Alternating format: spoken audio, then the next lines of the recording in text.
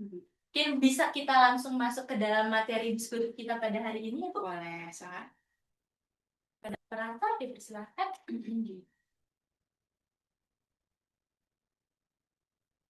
Boleh?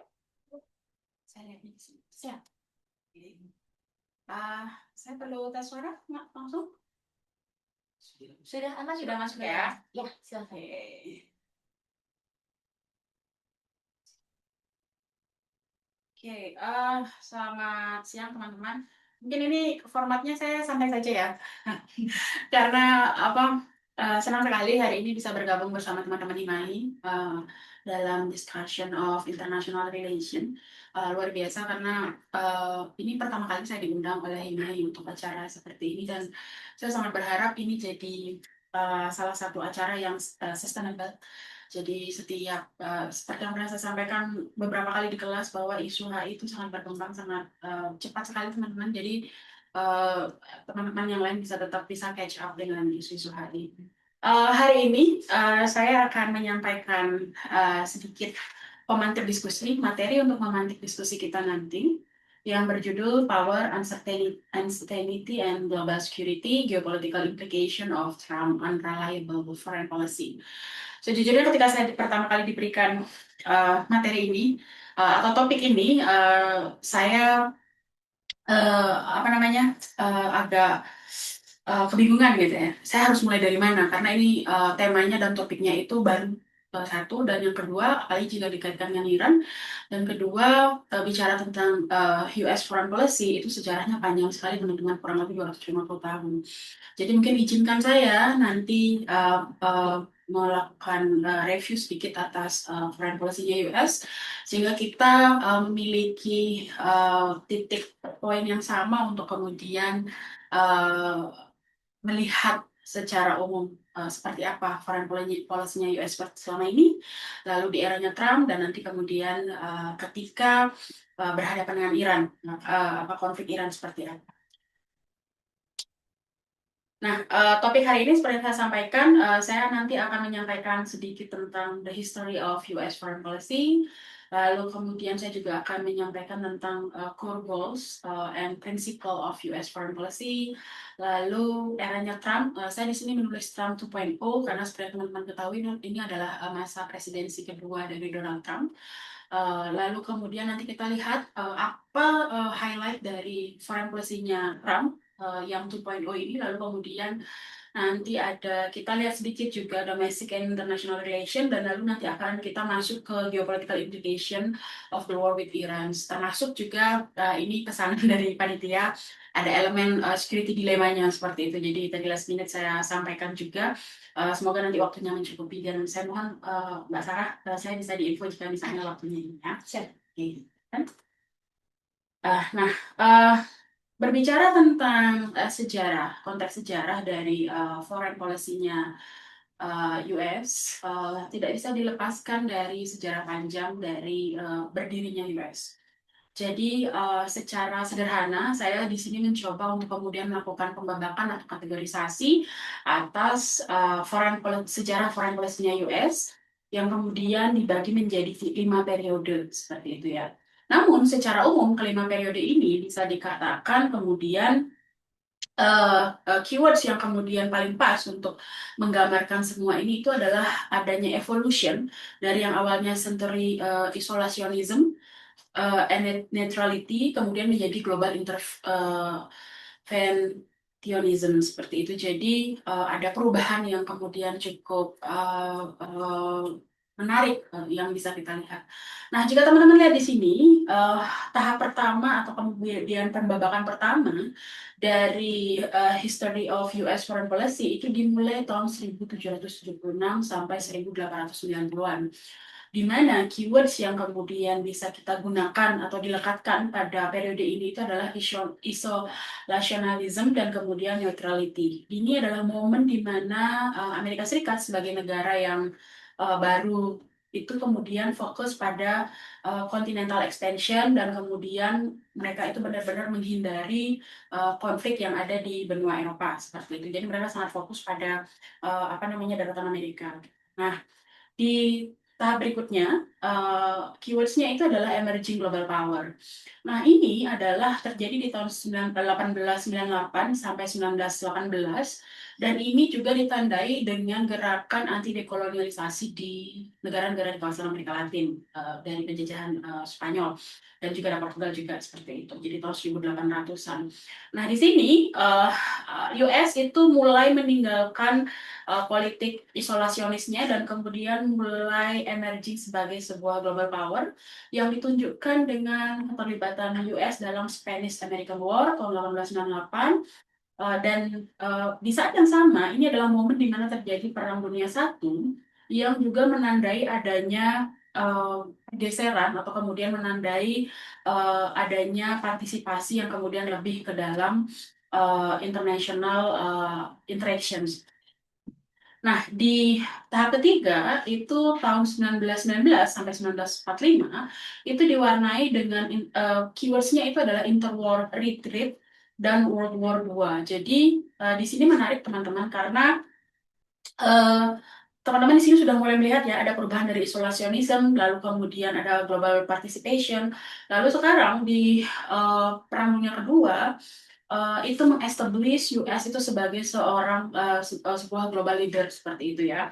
Nah, yang menarik adalah 1930 itu di masa retreat itu juga diwarnai dengan Great Depression yang ada di US, sehingga walaupun pada akhirnya mereka sempat menarik diri sebentar, tapi setelah itu mereka kembali menjadi global leader, khususnya di Perang Dunia II. Kita melihat bagaimana US itu kemudian menjadi seorang global leader dan kemudian memimpin beberapa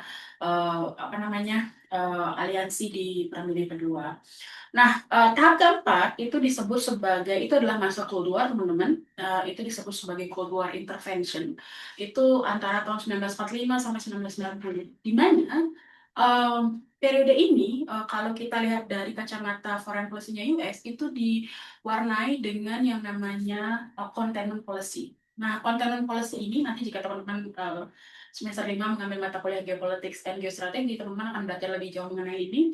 Ini adalah policy yang kemudian dipopulerkan oleh George F. Kennan, yang kemudian membuat sebuah tulisan di mana tulisan itu isinya adalah melakukan campaign baik secara militer maupun ekonomi terhadap kekuatan Soviet Union pada masa itu, sehingga itu disebut sebagai containment policy atau politik pembendungan. Teman-teman mungkin belum familiar dengan kata-kata containment policy, tapi jika misalnya saya mention soal Marshall Plan atau selective containment atau perimeter containment, saya yakin teman-teman pasti familiar dengan itu. Ya. Nah, di sini juga ditandai dengan keterlibatan US di beberapa involvement atau kemudian di beberapa konflik seperti Korean Wars dan kemudian Vietnam Wars. Nah, tahap kelima itu adalah post-Cold War and modern era, itu dari tahun 91 sampai sekarang. Ada pergeseran kebijakan luar negeri Amerika yang sekarang mereka fokus pada sphere of influence, di mana mereka mempromot demokrasi, lalu kemudian mereka menjadi pemimpin untuk war on terror setelah kejadian 9/11, dan kemudian mereka mencoba untuk kemudian memanage aliansi-aliansi global di luar teritori AS gitu ya, seperti dengan NATO, lalu kemudian dengan negara-negara seperti India, Australia, Jepang, dan Korea Selatan seperti itu. Jadi pergeseran ini saya rasa teman-teman bisa menjadi modal bagi kita sebelum kita masuk ke analisis yang lebih dalam tentang foreign policy-nya US. Selanjutnya. Oke. Nah, secara umum jika kita lihat dari 5 tahapan tadi atau 5 pembabakan sejarah tadi, hal yang paling selalu sering muncul dalam foreign policy-nya US itu adalah 4 hal ini. Yang pertama itu adalah national security, yang kedua itu adalah economic interest, yang ketiga itu adalah international influence, dan yang keempat itu adalah traditional allies.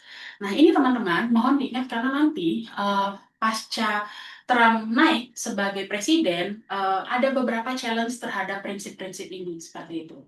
Jadi national security ini adalah fokusnya US ketika dia berusaha untuk kemudian protecting dirinya dari foreign threats seperti itu ya.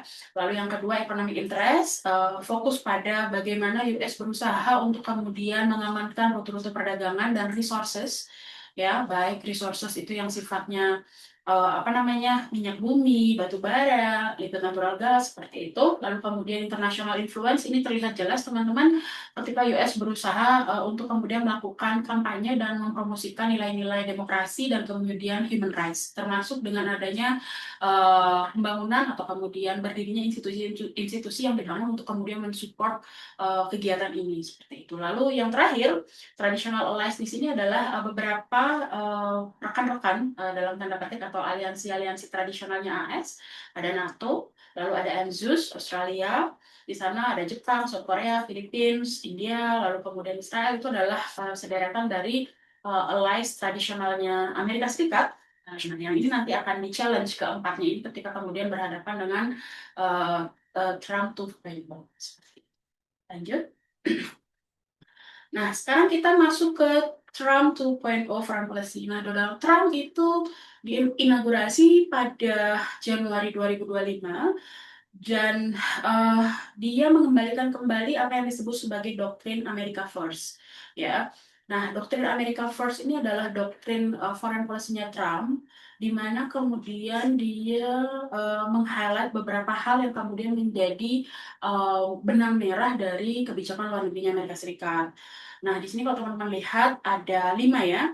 Saya kemudian melakukan analisis ini dengan beberapa. Kalau teman-teman lihat yang terakhir itu ada key documents and context, itu yang pertama itu dari National Security Strategy-nya Amerika Serikat, lalu dari Counter Terrorism Strategy, dan kemudian dari Executive Order. Jadi Trump mengeluarkan beberapa Executive Order. Jika teman-teman lihat di sini, ada keywords-keywords yang kemudian saya sampaikan, mungkin nanti teman-teman panitia bisa share ini juga.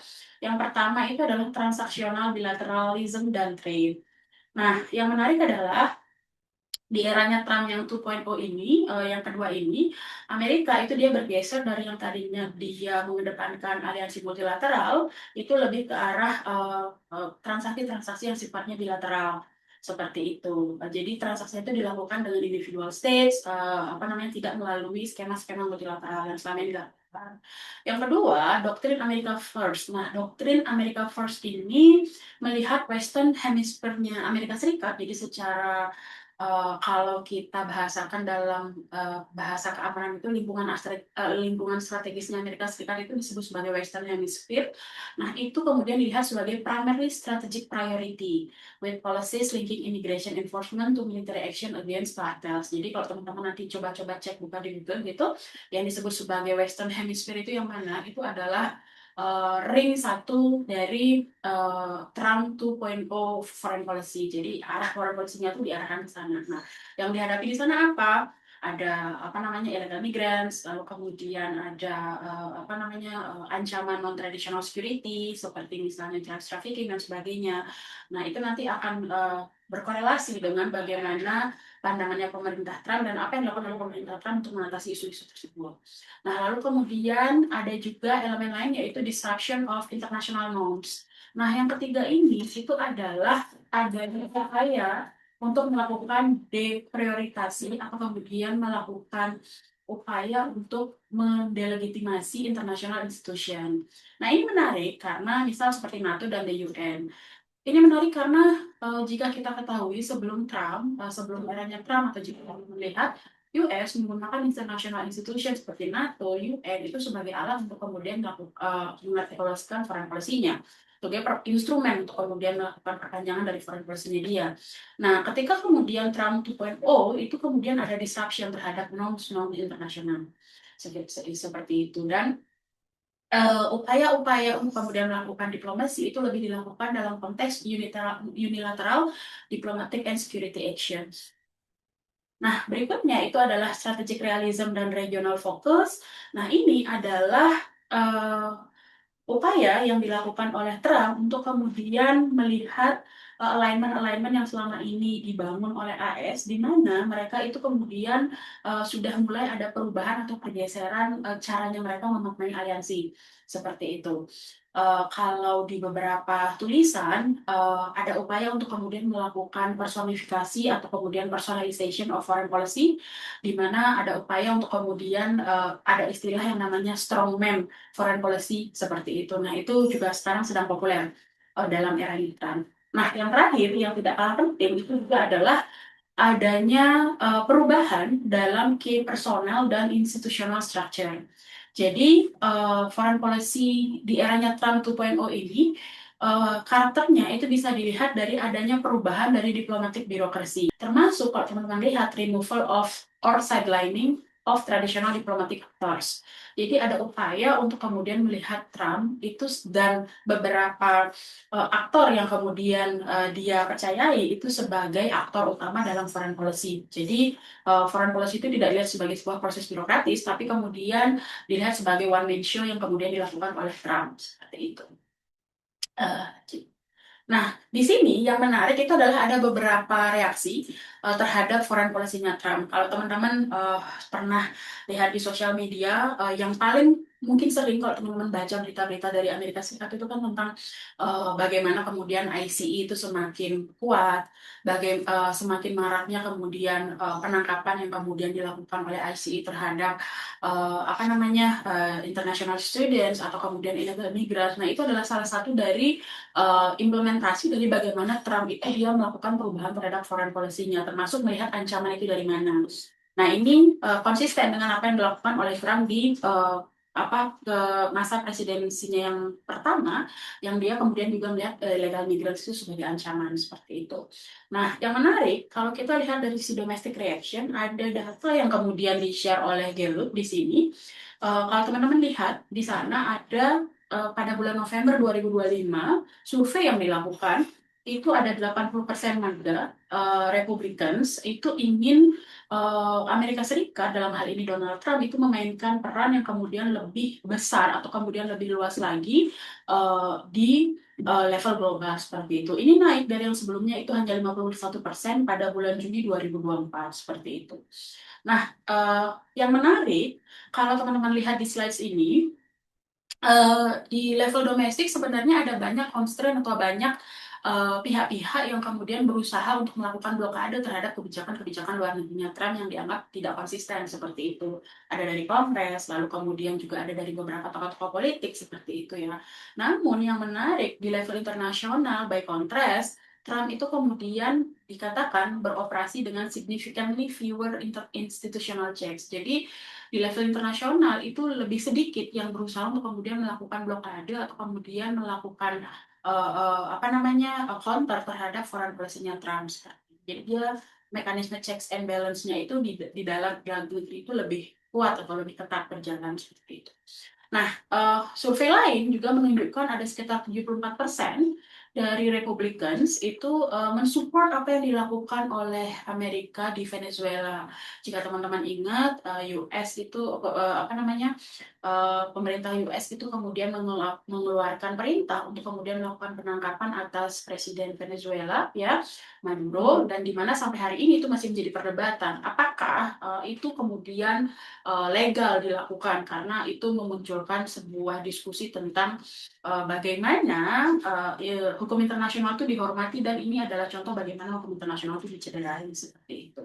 Nah, yang menarik, walaupun kemudian kontroversial, kebijakan luar negerinya Trump itu di dalam negeri ada beberapa tokoh-tokoh yang kemudian populer yang kemudian support kebijakan luar negerinya Trump gitu seperti ada Lindsey Graham, Marco Rubio, Secretary of State, lalu kemudian ada J.D. Vance yang menjadi wakil presiden dan kemudian ada Stephen Miller juga dan jangan lupa ada Hegseth juga yang kemudian menjadi Secretary of War seperti itu. Nah, yang ingin saya highlight di dalam slides ini itu adalah ada perbedaan atau contradictory facts yang kemudian menunjukkan bahwa secara domestik dan secara internasional ada dua pandangan yang berbeda tentang caranya mereka melihat bagaimana Trump menjalankan foreign policy-nya. Nah, lanjut. Nah, ini teman-teman, yang menarik adalah jika teman-teman membuka-buka national security strateginya Amerika Serikat, seperti yang tadi saya sampaikan bahwa itu saya gunakan sebagai salah satu source of dokumen, teman-teman akan melihat bahwa foreign policy-nya AS itu diwarnai atau kemudian dikelilingi oleh apa yang disebut sebagai hawkish figures gitu ya. Seperti saya bilang ada Vance, ada Rubio, Graham, Miller, dan kemudian ada Hegseth. Nah, keywords lain yang bisa kita gunakan untuk melihat bagaimana Trump itu menjalankan foreign policy-nya itu adalah yang pertama itu highly personalized, lalu kemudian center of presidential control rather than bureaucratic decision making. Jadi uh, AS memasuki masa di mana kemudian kontrol eksekutif dan hal ini presiden itu sangat besar sekali, dan kemudian foreign policy itu tidak lagi dilihat sebagai sebuah kerja yang sifatnya birokratis yang terdiri atas beberapa aktor seperti itu. Nah, yang menarik di sini teman-teman, ini adalah data yang menunjukkan adanya US military strikes. Seperti tadi saya mention di awal, di National Security Strateginya Amerika Serikat, sebenarnya di page 9 itu ada rekomendasi untuk kemudian mulai tidak lagi US untuk mengurangi apa namanya tidak lagi menjadi negara intervensionis gitu ya. Jadi tidak lagi menjadi negara yang mengintervensi seperti itu. Ada suggestion untuk kemudian mengurangi itu. Namun data menunjukkan bahwa dalam 1 tahun kepemimpinannya US itu sudah melakukan 493 military strikes. Ini jika kita bandingkan dengan di eranya Biden tahun 2021 sampai 2024, itu dalam kurun waktu kurang lebih 4 tahun, Biden itu Amerika Serikat melakukan 287 military strikes, dan ini jika dikontraskan lagi dengan Trump di masa kepemimpinan yang pertama, itu sekitar 558 military strikes yang dilakukan. Jadi jika teman-teman lihat ini apa namanya perbandingannya jauh sekali karena ini baru 1 tahun di Trump yang kedua ini Trump baru 1 tahun dan dia kemudian sudah melakukan atau kemudian US sudah melakukan sekitar 493 military strikes. Di mana di sini kalau teman-teman lihat itu paling banyak itu terjadi di Yaman sekitar 347 strikes dan kemudian Somalia sekitar 116 strikes. Dan kalau teman-teman lihat di sini apa namanya beberapa area yang menjadi key operation itu ada Iran, ada Venezuela, Nigeria, dan beberapa counter narcotic campaigns di negara-negara Amerika Latin seperti itu. Nah, walaupun di sisi internasional itu kemudian ada banyak kritik dan kemudian ada tuntutan untuk Trump itu untuk kemudian lebih menghormati international law, namun secara domestik support yang diberikan dari Trump khususnya di antara MAGA Republicans itu relatif tinggi. Nah, lanjut. Nah, ini adalah beberapa dampak yang kemudian muncul dari Trump Foreign Policy 2.0. Yang pertama, tarif and trades. Nah, di sini tarif dalam bagaimana Trump menjalankan foreign policy-nya, tarif itu kemudian digunakan sebagai diplomatic tool atau instrumen diplomatik untuk menginfluence trading partner seperti Kanada, India, dan EU. Kita juga tidak lupa ya apa yang dilakukan oleh Trump terkait dengan tarif dengan Indonesia. Nah, itu adalah salah satu contoh studi kasus bagaimana Trump itu menggunakan instrumen tarif itu sebagai leverage politiknya. Dan yang kedua, resource focus. Nah, yang kedua ini menunjukkan bagaimana Trump itu mengusahakan untuk kemudian menuntut adanya akses ke rare earth minerals di beberapa negara-negara partner seperti Ukraine sebagai exchange atau kemudian sebagai bargaining power terhadap beberapa negara yang kemudian dia berikan security support gitu. Khususnya salah satu contohnya di sini adalah Ukraine. Lalu kemudian yang tidak kalah penting dan kontroversial itu adalah di era Trump 2.0 ini ada upaya untuk kemudian melakukan pengurangan terhadap foreign aid atau bantuan luar negerinya Amerika Serikat. Jadi Trump ini memberlakukan 90 hari pause on foreign development assistance ya untuk melakukan reassess spending priorities. Nah, ini menarik juga karena sejak eranya containment policy teman-teman yang tadi saya bilang ketika masa Cold War, foreign policy Amerika Serikat itu tidak bisa dilepaskan dari foreign aid-nya Amerika Serikat seperti itu dan itu merupakan salah satu instrumen yang digunakan untuk mendukung foreign policy-nya AS. Foreign aid itu digunakan sebagai salah satu instrumen itu. Nah, ini menarik ketika US melakukan pengurangan, berarti ada shifting yang terjadi. Dan berikutnya itu adalah ada regional realignments. Nah, di sini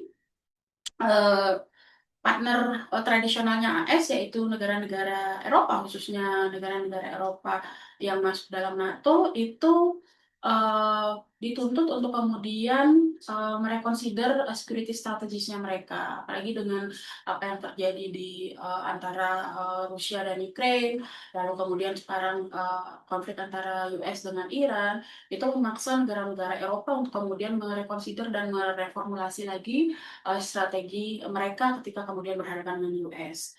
Secara umum ini dikatakan sebagai defensive, ya, yang tujuannya itu adalah eh, arahnya itu ke arah yang foreign policy AS yang kemudian lebih unpredictable dan volatile seperti itu. Sehingga jika teman-teman baca-baca tentang foreign policy Amerika Serikat, eh, eh, terminologi yang paling sering muncul itu tidak lagi unpredictable, tapi sekarang ke arah unreliable seperti itu. Karena AS yang dulu dianggap sebagai partner yang sangat reliable, sekarang menunjukkan kecenderungan untuk inkonsisten dan kemudian tidak bisa diprediksi seperti itu. Next. Nah, sekarang kita masuk ke konflik Irak dan US. Saya rasa teman-teman sudah cukup banyak membaca soal ini gitu ya dari bulan Februari tanggal 28 Februari yang namanya adalah Operation Epic Fury, di mana di sini yang terjadi adalah US dan Israel itu kemudian melakukan serangan terhadap Iran, di mana serangan itu kemudian eh, melukai dan kemudian melukai diarahkan ke sekolah melukai anak-anak dan kemudian juga mengakibatkan gugurnya beberapa top official Iran termasuk pemimpin Iran Ayatollah Ali Khamenei itu. Nah, apa yang kemudian dilihat sebagai serangan yang kemudian untuk melakukan delegitimasi terhadap rezim Ayatollah Khomeini di Iran itu kemudian berbalik menjadi konflik berkepanjangan yang sampai hari ini masih terjadi. Nah, ini adalah rangkaian konflik yang kemudian jika teman-teman lihat nanti itu sampai hari ini masih, dan kemudian kalau tidak salah kemarin ada sempat 2-3 kali perundingan. Yang pertama itu sempat dimediasi oleh Oman, lalu kemudian yang terakhir itu Pakistan, tapi sampai hari ini itu belum mendapatkan titik terang seperti itu karena masih mengalami deadlock seperti itu. Nah, ini apa yang terjadi di perundingan ini itu nanti akan membawa kita untuk melihat bagaimana mutual distrust antara AS dan Amerika Serikat, antara AS dan Iran yang kemudian sangat tinggi dan kemudian berpotensi melahirkan apa yang disebut dengan security dilemma. Oke, bisa lanjut. Nah, ini saya membagi US-Iran War itu menjadi dua bagian geopolitical implication, jadi secara ekonomi, politik, dan kemudian yang kedua itu adalah secara keamanan seperti itu. Nah, kalau secara ekonomi politik ada beberapa hal yang bisa kita diskusikan atau kemudian bisa kita highlight dari konflik antara US dan Iran. Yang pertama itu adalah konflik yang kurang lebih terjadi sudah 3 bulan ya, 3 bulan ini itu kemudian memicu yang pertama global economy and energy crisis ya. Jadi ini dikatakan sebagai the largest energy disruption in decades ya. Beberapa contributing to increase consumer prices and economic strain. Lalu kemudian yang kedua itu ada disrupsi pada supply chains ya, karena ada penutupan Selat Hormuz yang kemudian membuat logistical bottleneck seperti itu ya, dan itu mengganggu supply chain keseluruhan global food production. Lalu kemudian yang ketiga itu energy market volatility, di mana kemudian ini yang kemudian bisa kita highlight itu adalah lagi-lagi karena adanya penutupan Selat Hormuz yang dilakukan oleh Iran, ini kemudian membuat global energy markets dan kemudian berdampak juga pada liquid natural gas prices dan juga meningkatkan cost dari negara-negara ASEAN dan European. Nah, ini luar biasa teman-teman tekanan yang kita hadapi, dan mungkin kalau sehari-hari teman-teman sudah bisa mulai merasakan bagaimana kemudian krisis yang tadinya kita pikir ini jauh tidak apa namanya tidak terkoneksi dengan kita, tapi pada akhirnya itu berdampak juga pada keseharian kita seperti itu. Nah, hal lain yang juga kemudian muncul itu adalah shift in Gulf States calculation, di mana negara-negara di Gulf States itu kemudian mengalami apa yang disebut dengan dilema, di mana kemudian di satu sisi mereka berusaha untuk kemudian menavigasi untuk kemudian apakah keberpihakan mereka kepada AS dan dalam tanda petik di sini di belakangnya itu ada Israel itu kemudian sepadan dengan kemudian apa yang konsekuensi yang mereka terima atau mereka hadapi karena konflik yang berkepanjangan ini. Dan beberapa juga kemudian memilih untuk kemudian melakukan rekonsiderasi dari apakah kemudian security dependence yang mereka miliki dengan Amerika Serikat itu sebanding dengan kemudian apa yang sekarang mereka terima seperti itu. Dan yang terakhir itu adalah geopolitical shift, di mana di sini ada long term energy shift. Jadi konflik antara AS dan Iran ini mengakselerasi atau kemudian memicu beberapa ide dan kemudian semakin memperkuat keyakinan beberapa negara untuk kemudian meninggalkan ketergantungan energi pada energi yang fosil seperti itu. Jadi mulai arahnya itu ke renewable energy dan nuclear power. Karena balik lagi resiko yang kemudian dibayar untuk kemudian konflik ini kemudian sangat besar artinya seperti itu. Nah, next. Nah, ada 3 key analisis yang kemudian akan kita gunakan hari ini untuk menganalisis apakah ada implikasi security dilemma dari konflik AS dan Iran. Yang pertama itu adalah regional instability and security dilemmas. Yang kedua itu adalah strain Western alliance and multilateralism. Dan yang ketiga itu adalah strengthening all alternative alliance. Nah, yang menarik teman-teman, konflik antara Iran dan Amerika Serikat itu memicu apa yang kemudian disebut sebagai regional instability. Seperti itu. Nah, di satu sisi, seperti yang tadi saya sampaikan, AS ketika kemudian melakukan Epic Fury Operation, mereka kemudian beranggapan yang mereka lakukan itu adalah untuk kemudian melakukan delegitimasi dan kemudian menurunkan kepemimpinan dari Ayatollah Khamenei seperti itu. Namun yang terjadi itu adalah uh, beberapa kekuatan di Iran yang kemudian tadinya terfragmentasi itu sekarang malah kemudian bersatu dan kemudian semakin menguatkan mereka untuk kemudian melakukan perlawanan terhadap military intervention yang dilakukan oleh AS seperti itu. Di sisi lain, hal ini juga kemudian semakin membuat potensi dari hardliners yang kemudian di pihak-pihak yang dianggap sebagai hardliners di Iran itu untuk kemudian semakin menguatkan unifikasi mereka dan kemudian melawan Amerika Serikat gitu. Nah, ini adalah hal yang kemudian berpotensi memicu yang namanya uh, long term regional instability gitu. Karena kemudian pada akhirnya secara regional apa yang terjadi di satu negara itu akan memiliki implikasi ke negara-negara di sekitarnya di Timur Tengah. Dan yang kedua itu adalah strain Western Alliance dan multilateralism. Nah, teman-teman, apa yang kemudian dilakukan oleh AS itu menimbulkan apa yang disebut sebagai strategic rift dengan aliansi mereka di negara-negara Eropa. Kenapa? Karena kemudian ini dianggap sebagai hal yang kemudian di luar dari hal tradisional yang selama ini mereka lakukan dan kemudian tidak ada konsultasi terhadap negara-negara NATO juga. Kalau teman-teman lihat pernyataan-pernyataan dari Presiden Spanyol, lalu Presiden Prancis, itu menunjukkan bahwa mereka juga kemudian keberatan dengan apa yang kemudian dilakukan oleh AS karena kemudian efeknya itu sangat panjang. Nah, yang terakhir yang tidak kalah penting itu adalah apa yang terjadi antara konflik antara Iran dan Amerika Serikat itu membuat munculnya alternatif alliance yang lain seperti itu. Nah, ini menarik karena selama ini kalau kita bicara dalam konteks aliansi, Amerika Serikat itu adalah motor aliansi yang kemudian dia partner aliansinya itu tersebar sampai ke Indo-Pasifik seperti itu. Namun sekarang semenjak ada konflik AS dan Iran, beberapa negara mulai melirik negara-negara lain untuk kemudian sebagai partner aliansi. Misal ada kecenderungan ada yang disebut sebagai look east strategy. Kenapa? Karena strategi yang dilakukan oleh Amerika Serikat ini semakin mendekatkan Iran itu kepada Rusia dan China. Sehingga mulai muncul alternatif-alternatif aliansi yang lain yang selama ini tidak pernah kita pikirkan akan muncul seperti itu. Nah, di sisi lain dari POV negara-negara tersebut, mereka juga melihat China itu sebagai partner yang kemudian lebih predictable dan lebih stabil dibandingkan dengan AS seperti itu juga sehingga mereka kemudian melakukan rekonsiderasi untuk kemudian memilih partner aliansi yang baru seperti itu. Lanjut. Nah, sekarang kita masuk ke bagian security dilemma. Mungkin untuk teman-teman yang angkatan 2025 nanti semester 3 baru akan dapat materi ini ya, teman-teman.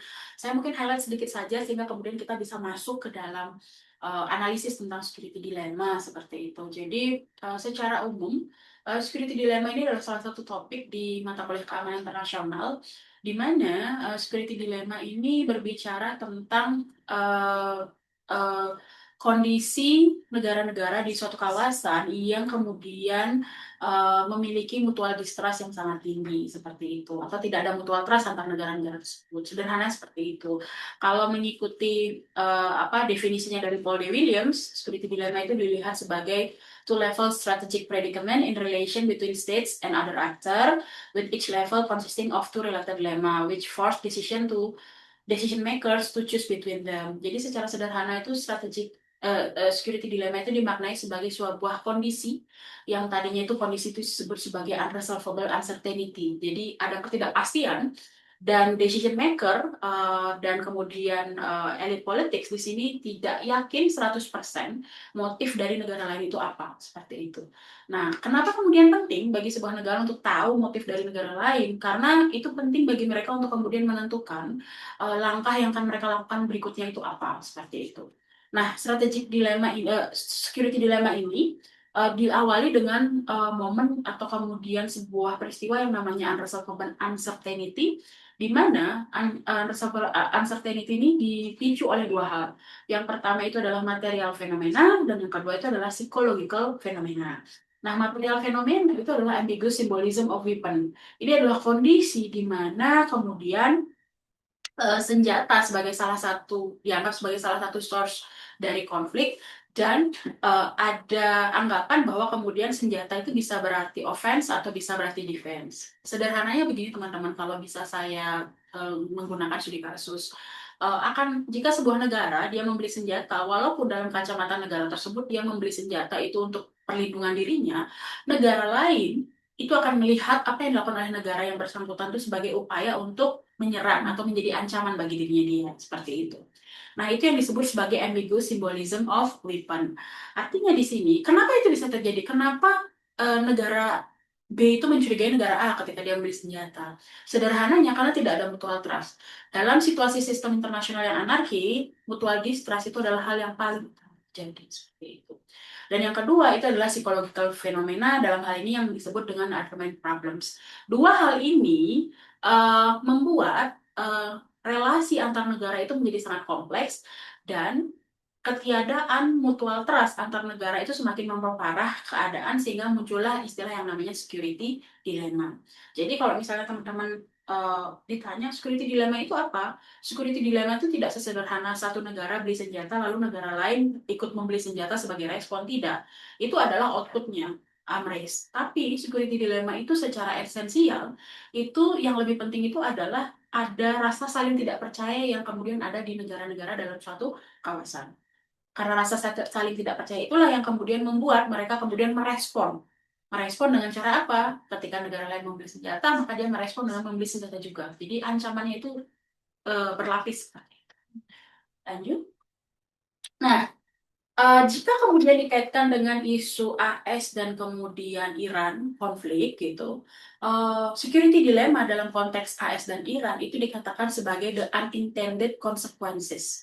Ya, kenapa dikatakan sebagai the unintended consequences? Karena yang terjadi itu adalah di luar prediksi baik dari Amerika Serikat maupun juga masyarakat internasional seperti itu.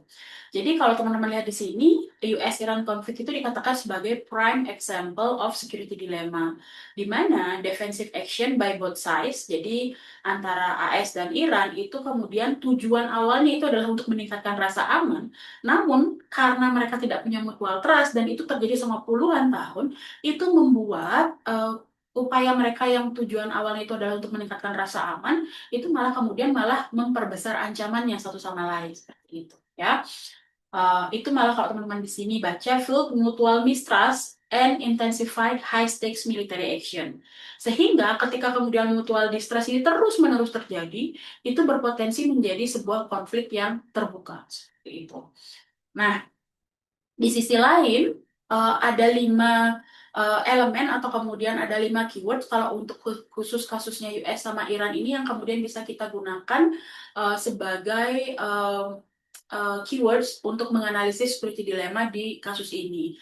Yang pertama itu adalah cycles of escalation, yang kedua itu adalah failed deterrence, yang ketiga itu asymmetric tactics, yang keempat itu win dilemma, dan yang terakhir itu adalah regional stability. Nah, jika teman-teman lihat di sini, yang pertama itu adalah cycles of escalation.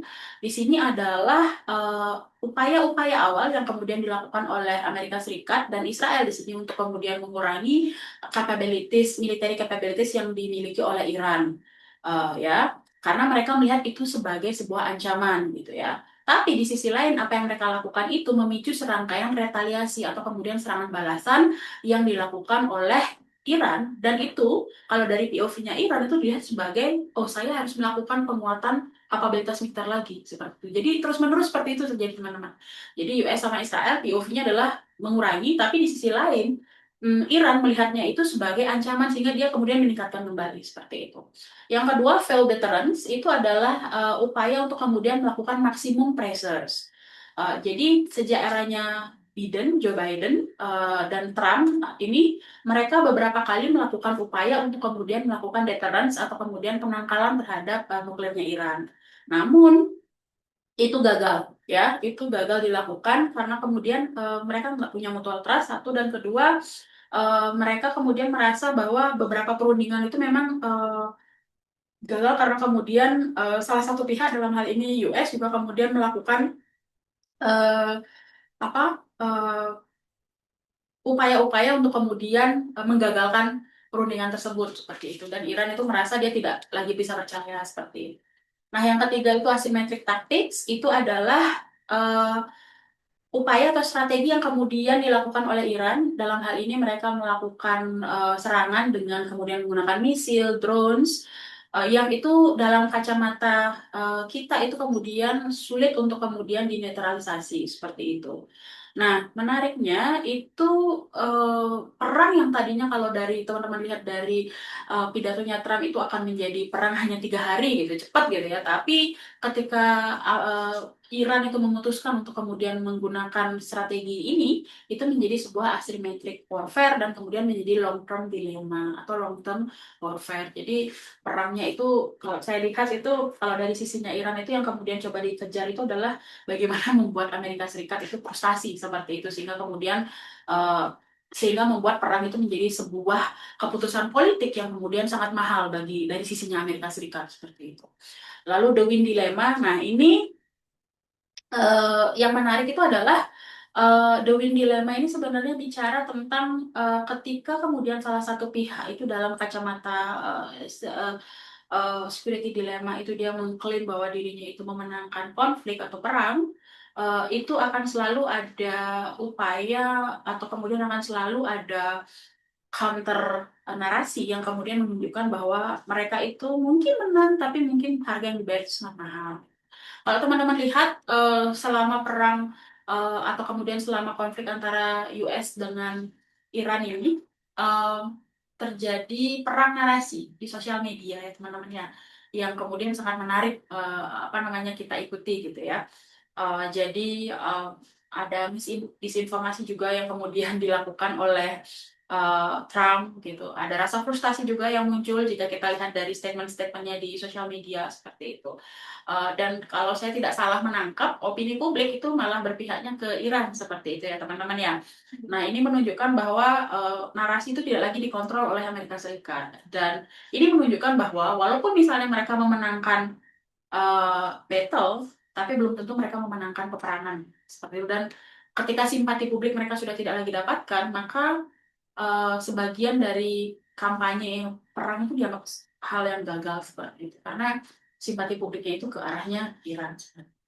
Ini agak berbeda dengan dahulu jika kemudian AS melakukan military intervention gitu, mereka mengontrol narasi secara penuh dan kemudian apa namanya bisa mengontrol persepsi publik terhadap narasi tersebut. Dan yang terakhir, regional instability ini yang menarik, tidak hanya konflik ini tidak hanya kemudian berimplikasi kepada negara-negara di Middle East dan regional aktor yang ada di sekitar Middle East, tapi juga kemudian memicu serangkaian upaya-upaya seperti yang tadi saya bilang adalah upaya-upaya untuk kemudian menemukan partner-partner aliansi yang baru. Jika teman-teman ingat, eh, beberapa negara di Indo-Pasifik itu melakukan penguatan security arrangement atau kemudian security cooperation dengan beberapa negara yang mereka anggap mereka tidak lagi sekarang bisa bersandar dengan AS dan kemudian harus mengupayakan keamanan itu sendirian atau dengan partner baru. Kalau contoh yang bisa teman-teman lihat itu sini adalah Australia. Itu mungkin yang bisa saya sampaikan sebagai pemateri diskusi. Semoga waktunya masih cukup ya, Mbak Sarah. Maaf karena ini agak panjang. Mungkin selebihnya bisa kita eksplor di diskusi. Terima kasih. Baik, terima kasih banget lah. Ini dari tadi saya dengerin materinya tuh sangat engage sekali dan sangat menarik banget karena kita jadi bisa tahu gitu alasan dibalik eh, naiknya eskalasi dari perang antara Amerika Serikat sama Iran tuh sebenarnya karena apa sih di belakangnya. Nah, saya rasa juga mungkin teman-teman yang di rumah juga penasaran banget nih dan udah ada serangkaian pertanyaan yang ada di kepalanya. Maka dari itu, pada sesi selanjutnya ini akan kami buka sesi pertanyaan di kloter pertama untuk tiga penanya pertama. Mungkin untuk teman-teman yang sudah memiliki pertanyaan bisa melakukan raise hand, membuka kamera, dan jika telah dipersilahkan boleh menyalakan mic-nya dan juga menyebutkan pertanyaannya apa. Wah, sudah ada dua penanya pertama nih. Bu. Boleh dari yang pertama, Kak Farah Dila, dipersilahkan. Baik, selamat siang Ibu Desi. Sebelum perkenalkan nama saya Farah Savitri. Di sini em, saya mau tanya berdasarkan penasaran saya gitu Bu. Ini tuh sebenarnya pertanyaan dari lama, tapi tuh saya nggak tahu mau tanya jawaban kemana. Nah, saat Ibu menjelaskan tentang Amerika Serikat ini, itu muncul kembali pertanyaan. Di mana saya itu penasaran, kenapa pada akhirnya kok Trump ini tuh bisa kepilih lagi gitu Bu? Karena kan kan yang kepemimpinan dia yang dulu kan juga sebenarnya outputnya dan bagaimana perjalanan dia selama presiden itu kan sebenarnya sama mirip-mirip gitu loh Bu. Terus saya tuh penasaran kenapa kok bisa ada orang yang masih mau untuk mendukung dia menjadi presiden lagi. Apakah memang karena engagement dia yang begitu besar? Apakah karena memang dia yang apa ya? Apa memang ada kayak amplop-amplopan juga seperti di Indonesia? Apa seperti apa kayak gitu Bu? Dan juga mungkin ada pertanyaan lanjutan mengenai tadi dampak geopolitiknya gitu Bu terkait tadi kan ada pembatasan bantuan dari keputusan tentang pembatasan bantuan dari Amerika Serikat yang diberikan kayak gitu. Kan tadi juga disebutkan tentang adanya keraguan dari negara-negara Gulf untuk pada akhirnya bersandar dan juga istilahnya apa ya mau menggantungkan dirinya terhadap Amerika Serikat juga kayak gitu. Nah, apabila sudah mulai muncul keraguan-keraguan dari negara-negara Gulf ini yang mulai mempertimbangkan terhadap dependensinya kepada AS, apakah ini menunjukkan kondisi di mana posisi AS itu sudah mulai melemah hegemoninya dan juga apakah ada bau-bau potensi dia itu Amerika Serikat itu mulai kalah dengan Cina yang lebih dipercaya gitu Bu. Mungkin itu terima kasih Bu. Baik, terima kasih banyak kepada Kak Paradila. Selanjutnya dipersilahkan kepada Kak Radian untuk menyampaikan pertanyaannya. Ya, baik. Sebelumnya selamat siang Ibu. Izin bertanya untuk dari sebenarnya dari pemaparan sebelumnya, jika Amerika Serikat itu sendiri mengklaim bahwa kebijakan luar negerinya itu bertujuan sebagai national security sama stabilitas global, lalu mengapa pendekatan unilateral sama intervensionis itu justru jadi pemicu instability dan escalation di berbagai kawasan ini. Terima kasih. Em, Maaf, Kak Ray, mungkin bisa diulang inti pertanyaannya karena tadi agak sedikit Uh, putus-putus suaranya. Baik. Jadi inti pertanyaannya adalah kalau Amerika Serikat itu melihat atau mengklaim uh, kebijakannya sendiri itu sebagai national security dan stabilitas global. Lalu mengapa pendekatan unilateral sama interventionis justru yang menjadi pemicu instability dan escalation di berbagai kawasan? Baik, terima kasih banyak kepada Kare. Mungkin untuk satu penanya terakhir pada kloter satu saat ini, apakah ada teman-teman lain yang ingin bertanya juga? Oke, kita hitung dalam 3, 2, 1. Mungkin boleh langsung dijawab pada pertanyaan yang Baik. pertama, Ibu. Ya, terima kasih Mbak Sarah. Dari Faradila dulu ya. Tadi kan pertanyaannya itu adalah kenapa masih ada yang memilih Trump gitu ya. Eh, ini menarik ya, karena kemudian apa ya? Ini pertanyaan kita semua juga gitu ya. Saya pernah ketemu seseorang ketika kemudian sedang mengikuti conference itu orang US kenalan dan dia bilang, My name is Nate dan no, I'm not voted for Trump. Dia bilang seperti itu. Itu menarik karena kemudian uh, mungkin itu interaksi yang sederhana gitu, tapi itu menunjukkan bagaimana apa namanya masyarakat Amerika memandang Trump seperti itu. Ya. Nah, jika kemudian pertanyaannya itu adalah kenapa masyarakat memilih Trump seperti itu ya. Ada beberapa alasan. Saya tidak bisa mengcover semuanya ya, karena ini adalah studi yang kemudian sangat spesifik gitu ya. Namun beberapa yang saya temui itu adalah yang saya dapatkan itu adalah yang pertama itu ada voter dissatisfaction gitu. Jadi di eranya Biden itu beberapa masyarakat Amerika itu berharap ada perubahan yang kemudian cukup signifikan gitu. Namun balik lagi teman-teman,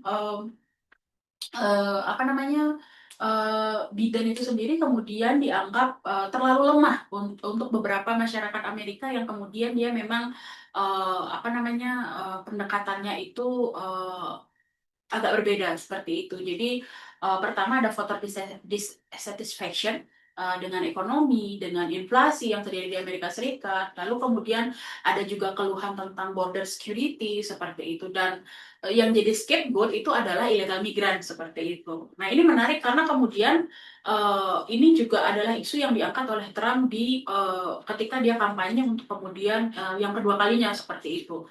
Kalau teman-teman ingat dan membaca tentang Trump di eranya dia pertama, isu illegal migran ini kencang sekali teman-teman ya.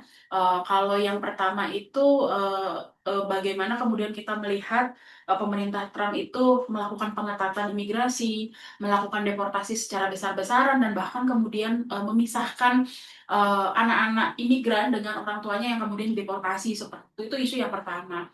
Nah, yang kedua ini yang kita lihat itu adalah bagaimana ICE itu sangat berkuasa sekali, gitu ya. ICE itu sangat berkuasa sampai kemudian bisa melakukan penangkapan di jalan dimanapun kemudian yang mereka anggap kemudian mereka melakukan racial profiling dan kemudian mereka melakukan penangkapan terhadap orang yang mereka curigai itu adalah illegal migran padahal bisa jadi itu adalah kemudian international student seperti itu. Nah, eh, yang terjadi itu adalah ada ketidakpuasan di masyarakat Amerika Serikat yang kemudian sangat tinggi terhadap kondisi ekonomi mereka, lalu kemudian terhadap inflasi, lalu terhadap border security, dan itu kemudian scapegoat-nya itu adalah dengan menyalahkan illegal imigran seperti itu. Itu salah satu yang kemudian yang bisa saya tangkap seperti itu. Nah, sehingga ketika kemudian Trump datang membawa janji-janji kampanye yang kemudian mereka itu akan put America first, lalu kemudian mereka itu akan mengembalikan lapangan pekerjaan di Amerika, itu kemudian menjadi angin segar bagi votersnya gitu, bagi pemilihnya tuh. Apalagi kalau kita lihat sekarang pemilih muda yang kemudian memilih Trump itu juga kemudian relatif banyak teman-teman seperti itu. Nah, itu yang bisa saya sampaikan. Nah, hal lain yang juga kemudian tidak kalah penting itu adalah mobilisasi. Jadi Trump itu dia memiliki loyal base dan kemudian loyal base ini adalah ada di negara-negara bagian tertentu di Amerika Serikat yang kemudian disebut sebagai Red Belt. Nah, apa namanya loyal base-nya ini yang kemudian menggerakkan kembali dan kemudian membuat Trump itu juga kemudian menjadi terpilih seperti itu. Hal lain yang juga teman-teman perhatikan juga itu adalah di sisi lain kita nggak hanya lihat dari sisi Trump, Demokrat sendiri juga kemudian gagal menghadirkan pemimpin yang menurut saya itu bisa diterima oleh semuanya seperti itu. Jadi Biden itu dianggap eh, dalam tanda petik lemah karena usia dan kemudian ada dugaan dia demensia seperti itu. Nah, Harris itu belum mampu menandingi popularitasnya Trump seperti itu. Jadi Trump itu kan muncul dan dipersonifikasikan sebagai strongman, lalu kemudian sangat anti terhadap imigran, lalu kemudian melindungi apa namanya kepentingannya kaum kulit putih di Amerika. Nah, itu kemudian dilihat sebagai angin segar oleh pemilihnya dia seperti itu. Tapi kurang lebihnya itu yang kemudian bisa saya tangkap. Dan frustasi-frustasi secara ekonomi itu kemudian butuh penyaluran dan itu kemudian ditangkap dengan baik oleh tim kampanyenya Trump gitu. Sehingga kemudian kalau teman-teman lihat sekarang menyedihkan ya, di satu sisi apa namanya lapangan pekerjaan yang dulu dikuasai oleh para imigran itu kemudian sekarang tidak ada yang kemudian mengambil alih karena kemudian apa namanya pemilihnya Trump juga tidak mau mengambil alih pekerjaan itu karena kemudian dianggap sebagai pekerjaan yang kelas bawah dalam hal ini seperti itu. Jadi menurut saya ini seperti hal yang kemudian bittersweet seperti itu karena eh, eh, eh, di satu sisi mereka Trump terpilih lagi, namun apakah mereka mengalami perbaikan secara ekonomi? Saya tidak yakin karena kemudian ada banyak juga keluhan dari petani-petani yang kemarin terkena dampak dari perang tarif yang kemudian juga dilakukan oleh AS. Ya. Tapi selebihnya kalau saya ditanya kenapa, uh, pastinya saya juga tidak tahu gitu ya kenapa mereka milih Trump gitu. Tapi satu hal yang dulu disampaikan oleh salah satu teman saya, dia bilang bahwa kemudian ini sebenarnya kecil ya, trivial facts gitu. Tapi dia bilang bahwa kalau di Australia itu kan kalau Anda tidak voting atau tidak ikut pemilu, Anda didenda gitu. Tapi di Amerika Serikat tidak. Sehingga kemudian partisipasi pemilihnya itu relatif lebih rendah dibandingkan di Australia. Di Australia, kalau Anda sudah cukup umur dan kemudian Anda tidak memilih, Anda didenda seperti itu. Nah, di Amerika karena apa namanya uh, uh, uh, tidak ada skema yang serupa, sehingga kemudian ketika mereka tidak merasa perlu juga untuk kemudian melakukan ini ya, eh, melakukan pemilihan gitu ya ketika ketika pemilu seperti itu. Tapi memang yang dihadapi oleh Kamala ini nggak berbeda dengan yang dihadapi oleh Hillary ketika di Trump pertama kali menang. Kalau yang zamannya pertama kali Trump menang itu di terms itu Trump itu secara popular vote dia kalah dengan Hillary gitu ya. Tapi uh, dia menang dari vote yang ini electoral vote seperti itu. Kalau Kamala memang dia kalah seperti itu. Jadi semoga itu bisa menjawab rasa penasarannya karena saya pun sendiri juga penasaran ya Pak ya.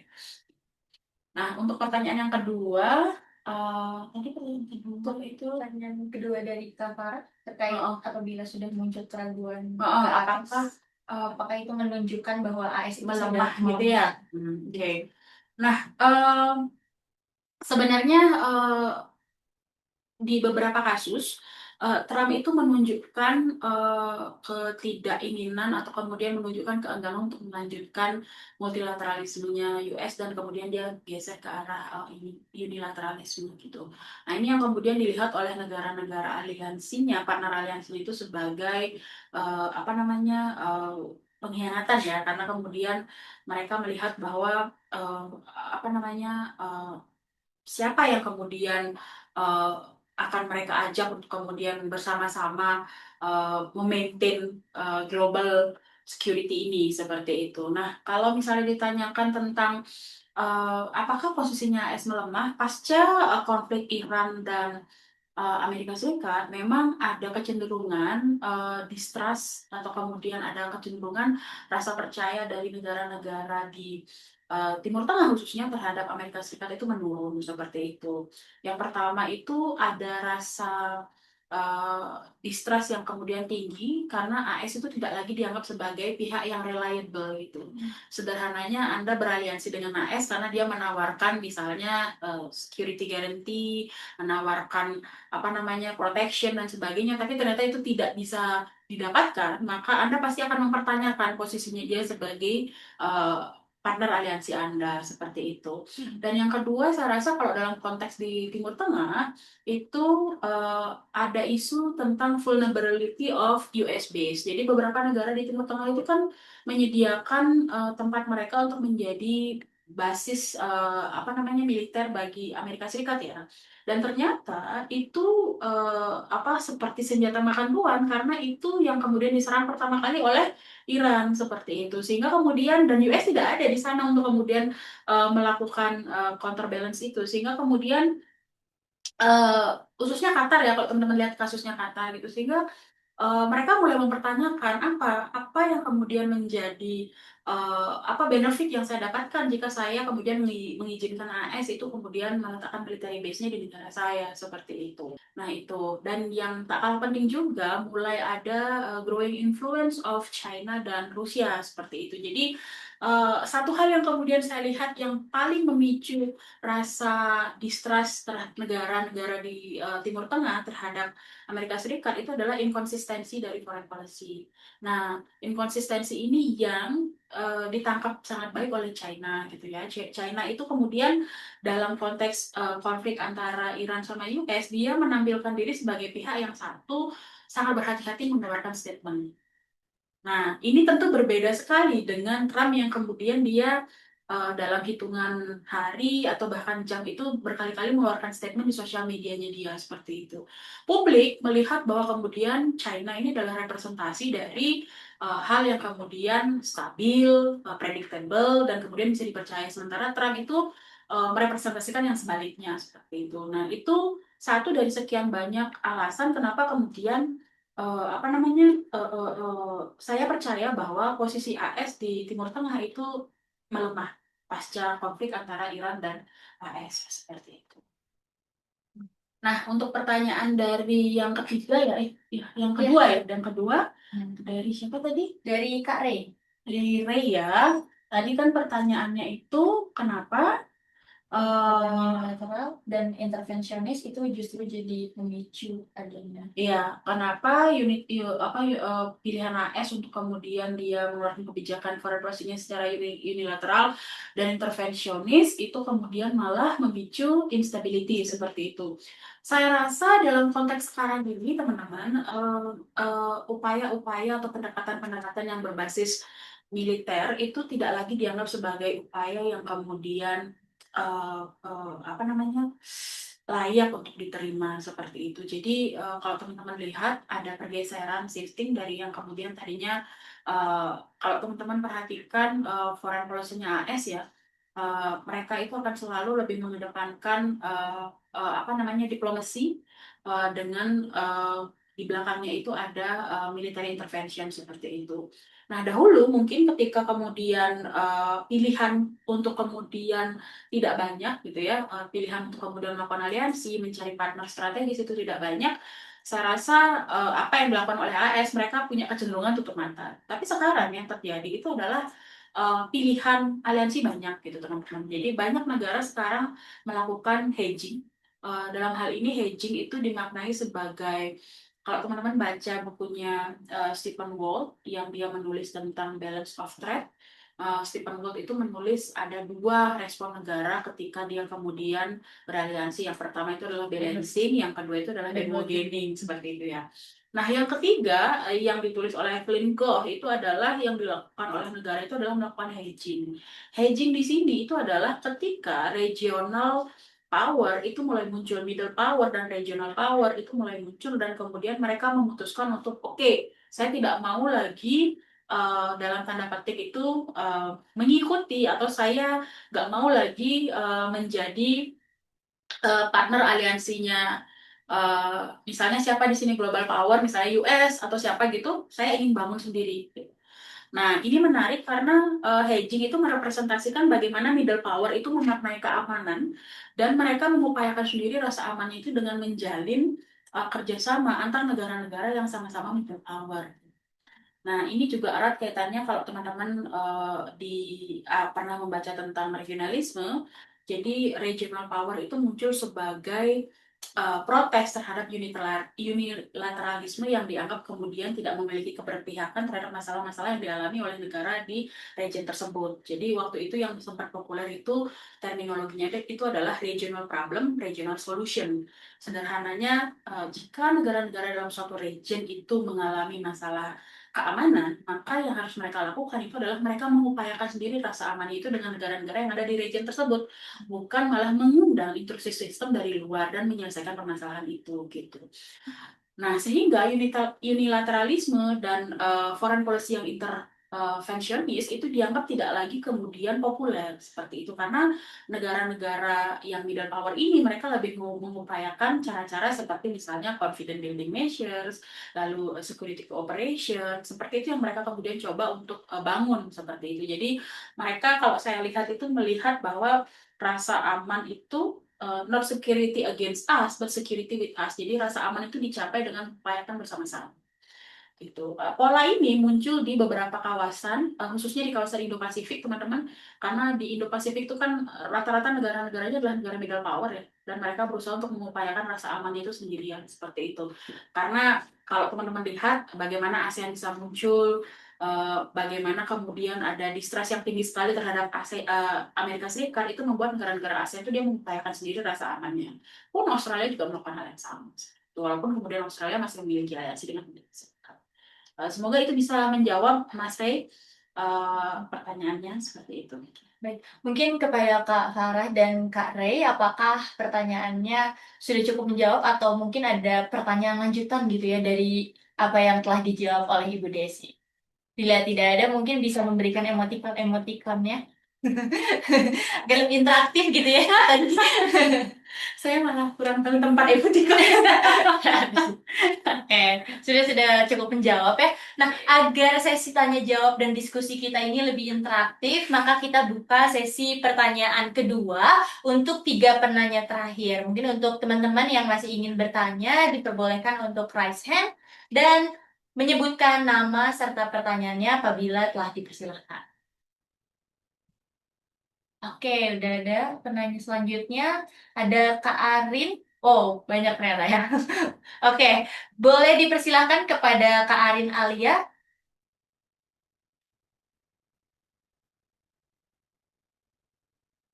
Silakan atas pertanyaannya, Kak.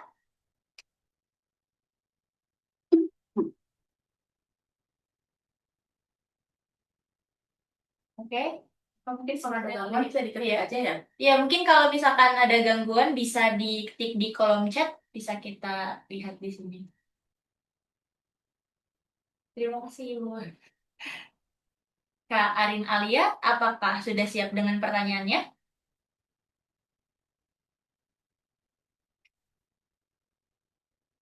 Oke, mungkin ada sedikit gangguan. Kita move dulu ke Kak Najma mungkin ya. Nanti Kak Arin Alia menyusul. Oke, Kak Najma dipersilahkan untuk menyampaikan pertanyaannya. Selamat siang Ibu, sebelumnya perkenalkan nama saya Najma.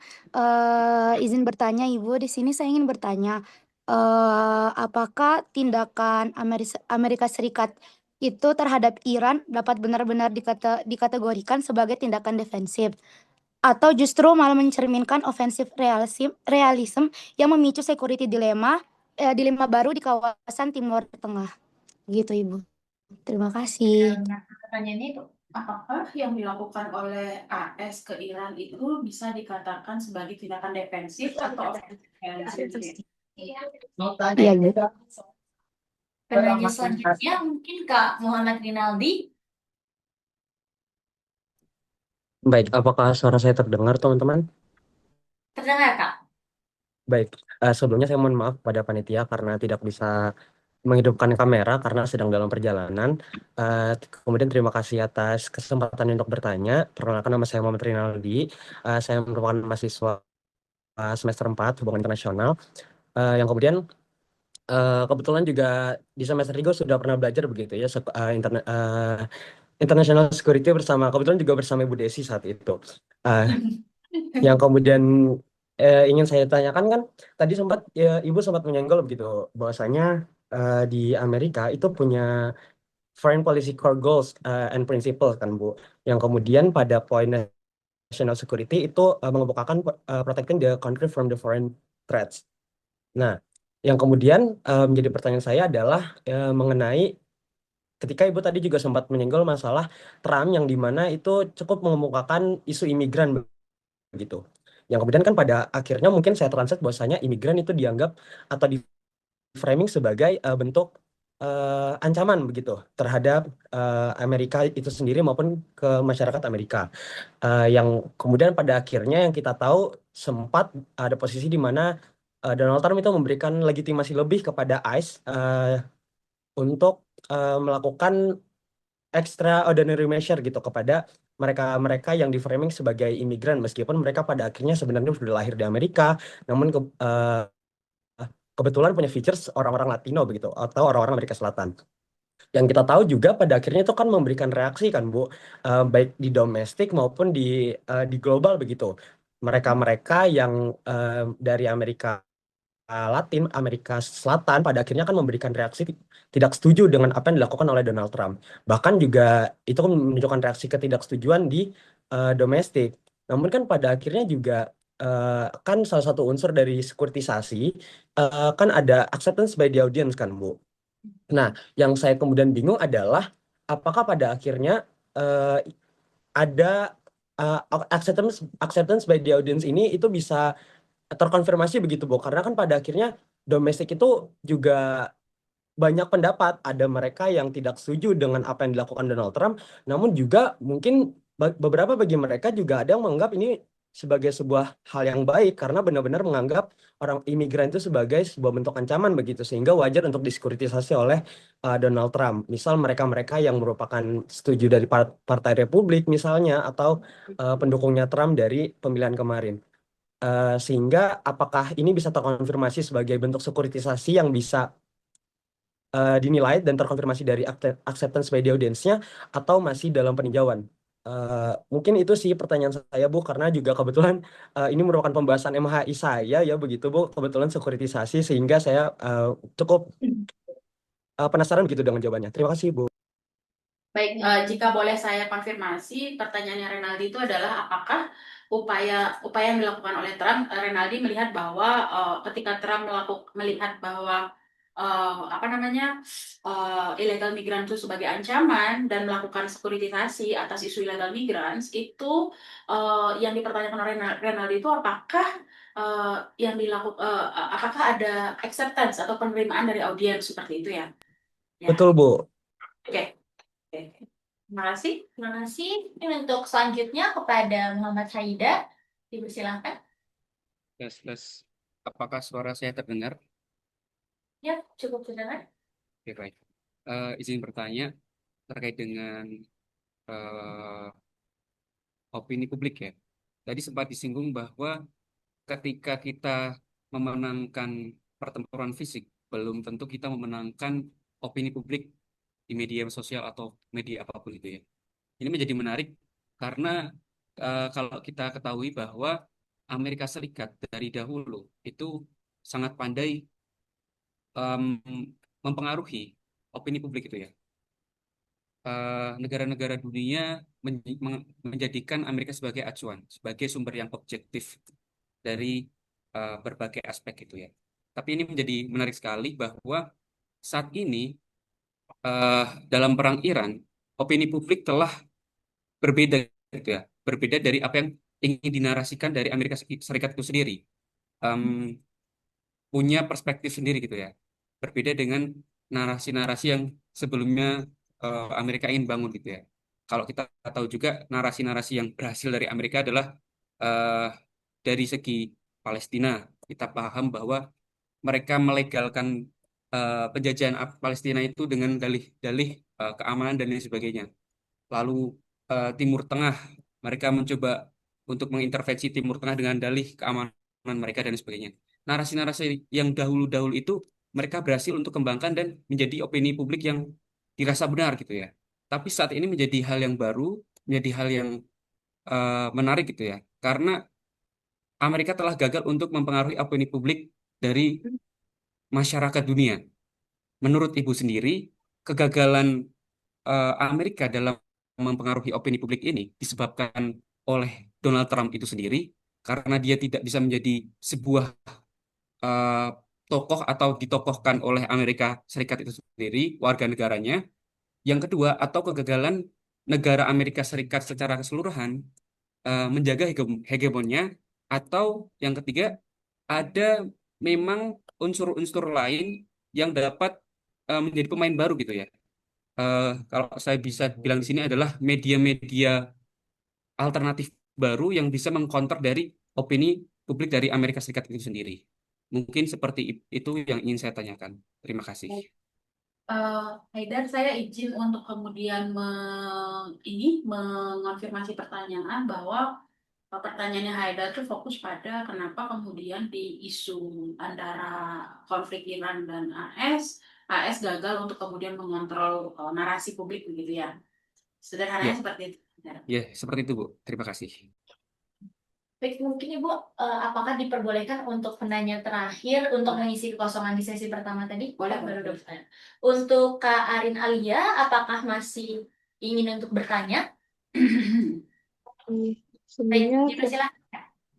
sebelumnya terima kasih atas kesempatannya dan maaf tadi memang ada kendala dari unitnya sendiri dan berdasarkan hasil diskusi juga tentang pembahasan tadi dan juga bersama teman saya, pertanyaannya adalah jika security dilemma muncul karena kedua pihak dan AS ini sendiri dan juga Iran merasa sedang berada di survival mode atau bertahan, bagaimana cara membedakan defensif dan ofensif dalam praktiknya, terutama ketika keduanya sama-sama mengklaim alasan security.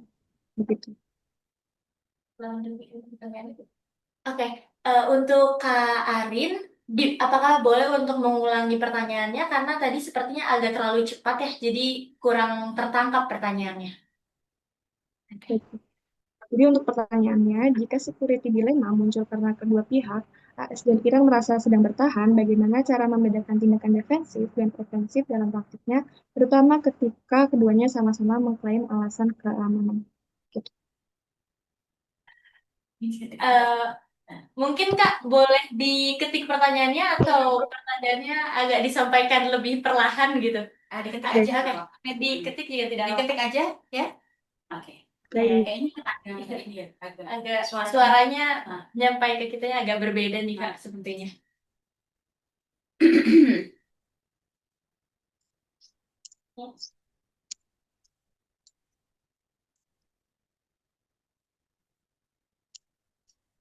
Mungkin bisa sekalian menjawab pertanyaan yang pertama, kedua, dan ketiga. Yang pertama dari Najma ya.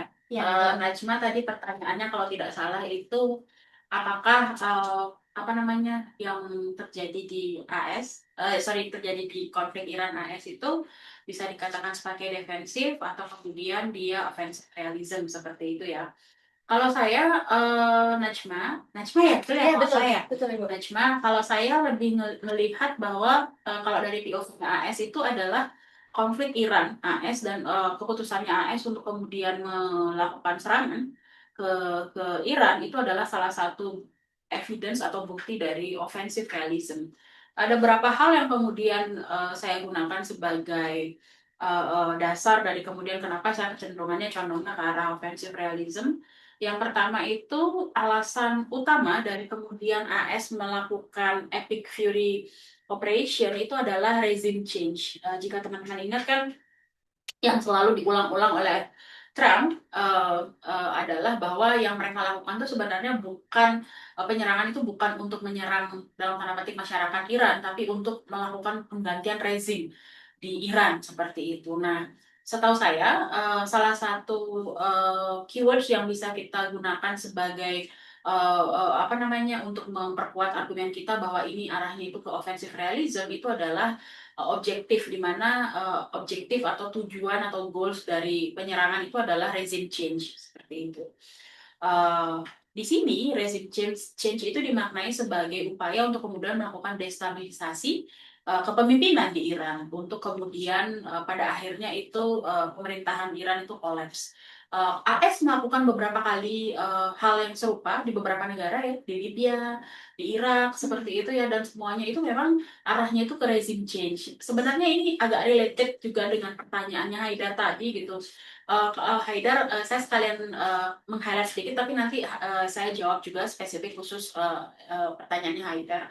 Jadi kalau teman-teman lihat, setiap kali US melakukan military intervention ke negara-negara keluar teritorinya dia ke negara lain, itu selalu klaimnya itu adalah mereka melakukan regime change seperti itu. Jadi mereka itu dengan sangat hati-hati berusaha untuk kemudian memberikan sense bahwa Amerika Serikat ini tidak bertujuan melakukan serangan ini tidak untuk kemudian melawan masyarakatnya, tapi untuk kemudian mendelegitimasi dari pemerintahan yang dianggap biasanya digambarkan itu mereka itu apa namanya tidak diterima oleh masyarakat atau misalnya pemerintahannya korup dan sebagainya. Jadi itu sebenarnya adalah salah satu mesin propagandanya Amerika Serikat. Sehingga kemudian masyarakat itu mereka selalu menggunakan kata-kata seperti pembebasan, demokratisasi. Padahal sebenarnya yang dilakukan kalau menurut saya ya itu adalah military intervention gitu loh. Dan itu melanggar hukum internasional. Tapi mereka menggunakan bahasa-bahasa seperti regime change untuk kemudian menjustifikasi bahwa yang mereka lakukan itu adalah sesuatu yang noble atau mulia seperti itu. Nah, itu yang pertama, offensive realism, regime change objective. Yang kedua itu ada upaya untuk melakukan maintenance of hegemony dari pihak AS seperti itu. Jadi apa namanya ada anggapan di beberapa apa namanya di beberapa tulisan yang saya baca, kecenderungan meningkatnya relasi antara Cina dan Iran itu kemudian sangat mengganggu AS. Apalagi posisinya AS sebagai hegemon di Timur Tengah seperti itu.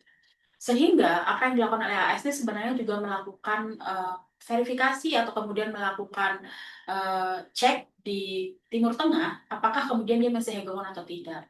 Kalau teman-teman ingat, salah satu syaratnya Iran, dia mau membuka Selat Hormuz, salah satunya itu adalah transaksi itu dilakukan tidak dengan menggunakan dolar, tapi kemudian menggunakan yuan. Sebenarnya teman-teman, kalau teman-teman telah lebih lanjut, itu menunjukkan kedekatan relasi antara Iran dan Cina, dan AS nggak mau itu. Jadi balik lagi ke tadi, apakah ini salah satu bukti dari offensive realism? Yang kedua itu adalah adanya upaya untuk melakukan maintenance hegemoni. Dalam hal ini, saya merasa bahwa itu adalah bukti dari offensive realism. Dan yang ketiga itu adalah maximum pressures. Nah, maximum pressure di sini itu adalah ketika Amerika Serikat menggunakan segala daya dan upaya termasuk sanksi ekonomi, kekuatan militer untuk kemudian menekan Iran agar dia kemudian mau mengikuti maunya dia. Nah, dalam pandangan saya ini adalah salah satu dari karakteristik dari offensive realism seperti itu. Jadi ada beberapa keywords. Yang pertama itu regime change, lalu kemudian maintenance of hegemony, dan kemudian maximum pressure. Menurut saya itu bisa dikategorikan sebagai offensive realism. Semoga ini cukup menjawab, Najma. Ya, terima kasih. Mungkin kita bisa move ke yang berikutnya. Pertanyaannya Renaldi, kalau tidak salah Renaldi yang sedang mengerjakan MHI-nya gitu. Kayaknya ini anak-anak semester 4 sedang sibuk dengan MHI dan semester 6 sedang sibuk dengan RAI gitu. Mungkin semester 2 masih agak santai ya, tapi nanti semester 3 sudah mulai gitu. Nah, jika pertanyaannya Renaldi tadi adalah Renaldi kan apa namanya? Dia mempertanyakan pertama berarti Trump melakukan sekuritisasi terhadap isu illegal migrants. Nah, saya konfirmasi kalau dari bacaan-bacaan yang kemudian saya lihat itu ya Trump melakukan secara konsisten melakukan sekuritisasi terhadap isu illegal migration. Jadi dia berkali-kali dalam pidatonya, teman-teman kalau misalnya teman-teman berkesempatan nanti ketika skripsi atau menulis paper itu menggunakan teori sekuritisasi, salah satu yang perlu teman-teman cek untuk sumber datanya teman-teman itu adalah teman-teman mengecek pidato-pidato dari securitizing actor. Dalam hal ini yang kita lihat sebagai securitizing actor itu kan Trump. Nah, kalau teman-teman cek, hampir di setiap pidatonya Trump ketika dia kampanye dan ketika dia sudah menjadi presiden selalu berulang-ulang mengatakan bahwa apa namanya illegal migration itu menimbulkan ancaman bagi Amerika Serikat dan bagi masyarakat Amerika Serikat seperti itu. Nah, narasi-narasi yang dilakukan oleh Trump itu secara tidak langsung mengonfirmasi bahwa yes, Trump melakukan sekuritisasi terhadap isu illegal migran seperti itu. Jadi dia melakukan retorika-retorika, dia melakukan framing terhadap isu illegal migran seperti itu bahwa itu adalah apa namanya ancaman, itu menunjukkan bahwa yang dilakukan oleh Trump itu adalah proses politisasi seperti itu ya. Nah, tadi juga Renaldi sudah menyebutkan tentang adanya extraordinary measures. Nah, dalam sekuritisasi itu ada 3 tahap. Tahap pertama itu adalah speech act, tahap kedua itu adalah acceptance by the audience, tahap ketiga itu adalah extraordinary measures. Uh, Extraordinary measure itu sudah dilakukan teman-teman. Artinya apa? Artinya salah satu upaya yang dilakukan yang masuk kategori extraordinary measures yang dilakukan oleh Amerika Serikat itu adalah di masa kepemimpinan yang pertama, kalau teman-teman ingat, Trump itu memerintahkan pembangunan border wall atau kemudian tembok yang membatasi antara Meksiko dengan Amerika Serikat. Itu adalah salah satu contoh dari extraordinary measure seperti itu.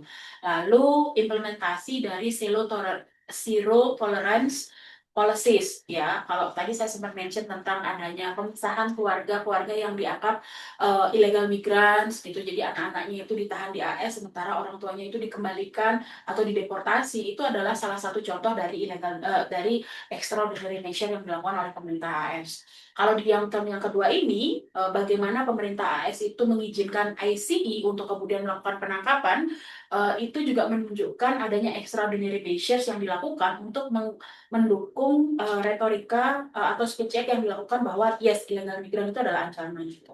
Nah, pertanyaannya itu adalah acceptance by the audience.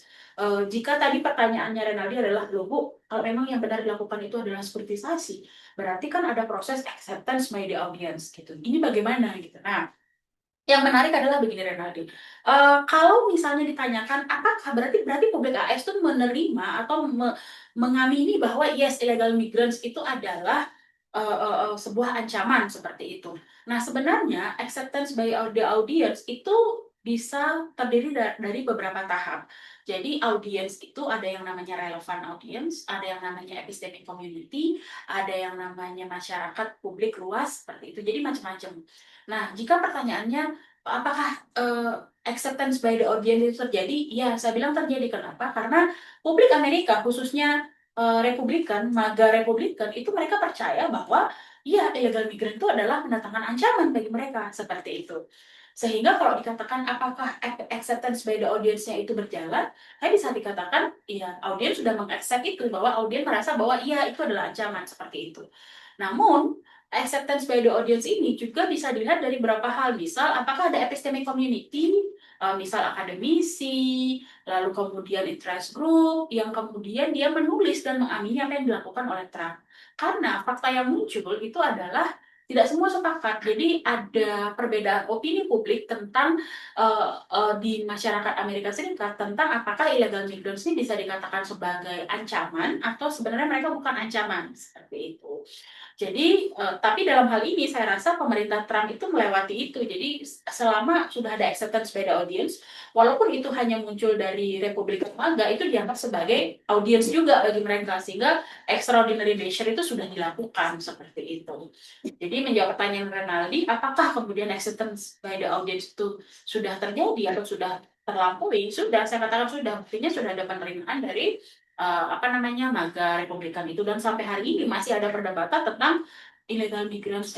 Apakah illegal migran ini benar-benar isu ancaman bagi masyarakat Amerika atau tidak?